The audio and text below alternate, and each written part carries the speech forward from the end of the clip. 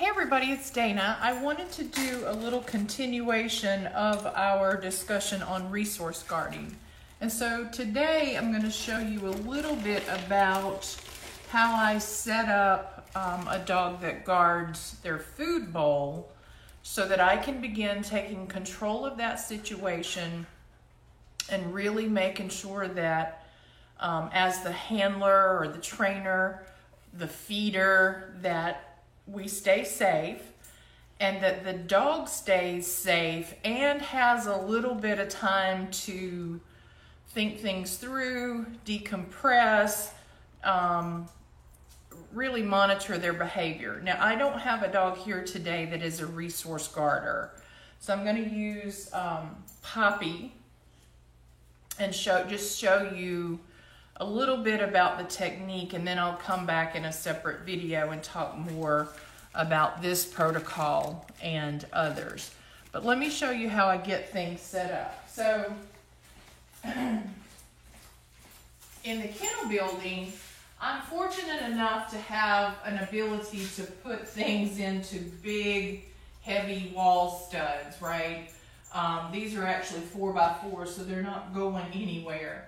In your house, you might not have that same capability, although I would easily recommend putting it into the stud of a wall because you can always patch and paint when we are well past the problem, but there is nothing worth foregoing the safety if you truly have a dog that's aggressive, especially at feeding time and that sort of thing. So you can't overdo the safety.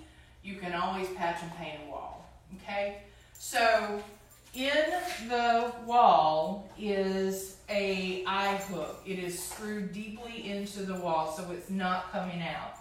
And then I clip the dog to that, right? So I now know, and normally there wouldn't be two dogs in here, Pumpkin's visiting. I now know exactly how far she can reach. I know the distance that she can go. I can go get the food set up, and while I'm doing this, have her working on place, working on a sit stay or a down stay, and overcoming all that arousal and all that anticipation of the food about to be delivered, right? So because we do this with a fair amount of frequency over the next few weeks, this becomes a pattern. This becomes an association, an expectation of how the feeding protocol is going to go for the dog, and they learn a new routine, which is also part of the resolution. So the other thing that I will do is add a second leash, right? Because eventually I'm going to want to teach this dog out, which means to move away from the bowl. So if I have them on a second leash, we have an energetic connection to me, and I have the ability to move that dog side to side or even back a little bit away from the food bowl.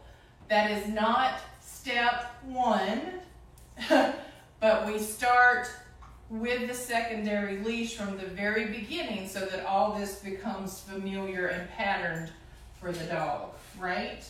So I'll get a portion of the food. So if your dog eats, like a cup of food, you get at least 4 or 5 portions out of that, right? So I need to quit saying right. I've caught myself doing that like a million times. Y'all bear with me, it's just who I am. But I won't feed an entire bowl of food. I'll put a handful of kibble, just a few pieces, down into the bowl. There's actually a little more in this. But I'm going to do this in multiple portions. So that gives me several repetitions to practice the skill that I'm expecting of the dog now. It also gives me the opportunity that if at any time the dog acts inappropriately for any reason, the meal is over, whether that was the first portion or the last portion. So obviously if we have a dog that is unwell, a dog that is sick in some way or needs to eat on a certain schedule, That's a different conversation than trying to work strictly on a healthy dog with a resource guarding issue. This cannot be something that you feel bad about. Oh, he didn't get to eat today.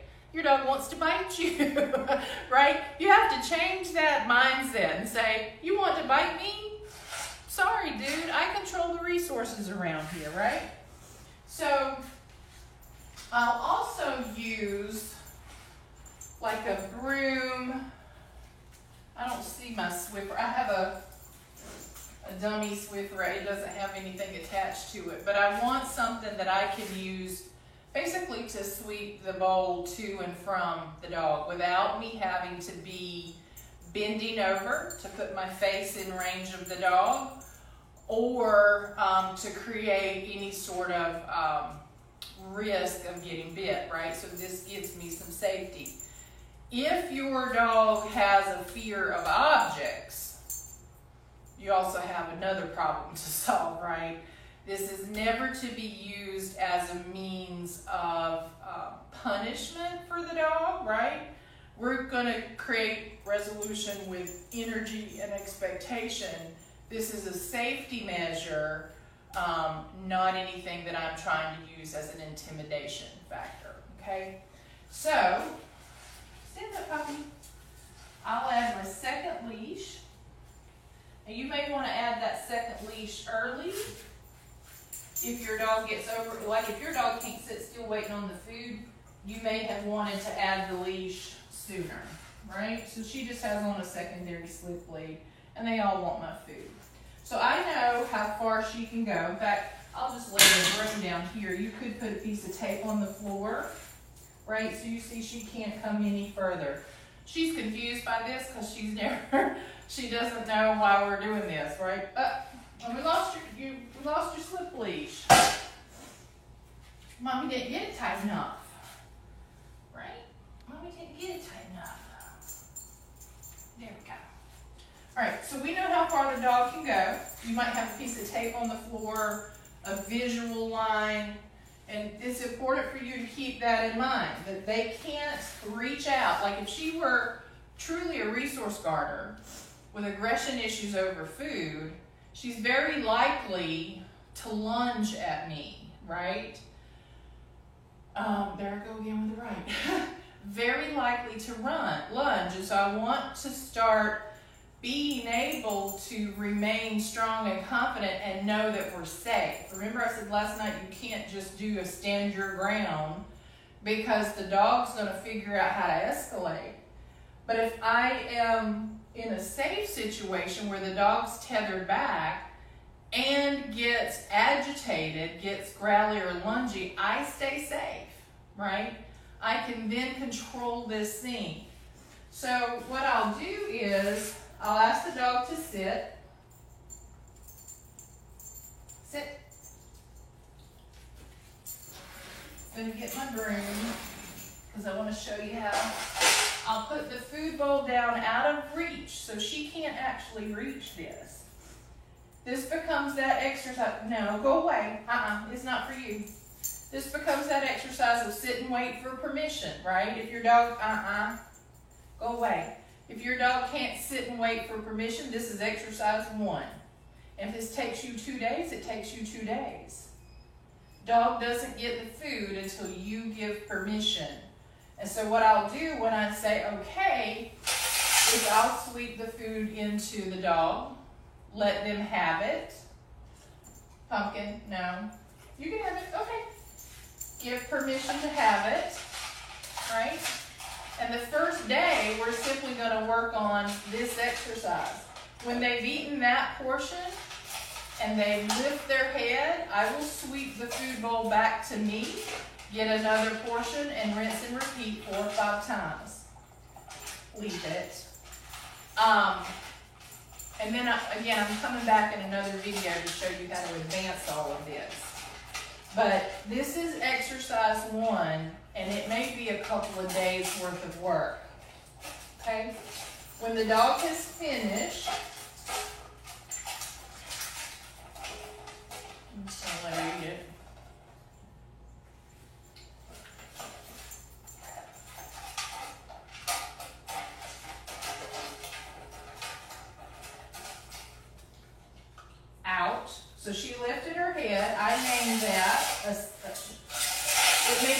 word for some of you, but she took her head out of the bowl. I called it out. I sweep the bowl back to me, right? I go get another portion if we have them, and then I'm going to leave her there. Now, granted, the other two dogs wouldn't be with us if she were truly a resource guarder. But I'll leave her there for 5 or 10 minutes, sort of in a deco mode. I want her to get out of the mindset that there is more food, that there is more food coming. So she'll see me put the bowl away, she'll see me go do something else, and she's gonna get a little decompression time. And from there, we start our advancement. And again, this may take a couple of weeks worth of work. For me, it's usually at least a week before I start feeling where the dog gets it, and that I can start interacting more with out that tie back and that sort of thing. So I'll describe all that to you later. But that's kind of the setup. She looks miserable. She's not a dog that's a resource guarder. She's like, why have you tethered me here? I didn't do anything wrong. So anyway, I'm going to let her off. You were such a good girl. Yes, you were. You didn't do nothing wrong, and you got all tied up. You standing on it. There we go. There we go. Okay, so remember, we wouldn't have extra dogs in here. Your dog's attitude is going to be very different than an extremely submissive, well-behaved dog that has done absolutely nothing wrong who gets tied back for the first time. The first time you put your dog, we call this a tie back, the first time you put your dog on that, they may get very frustrated. And you might not get to feed that meal because they can't get into the right mindset. So just be aware. Again, this was to show you the setup and part one of how we start teaching this, and we'll do more pieces of this puzzle as we go.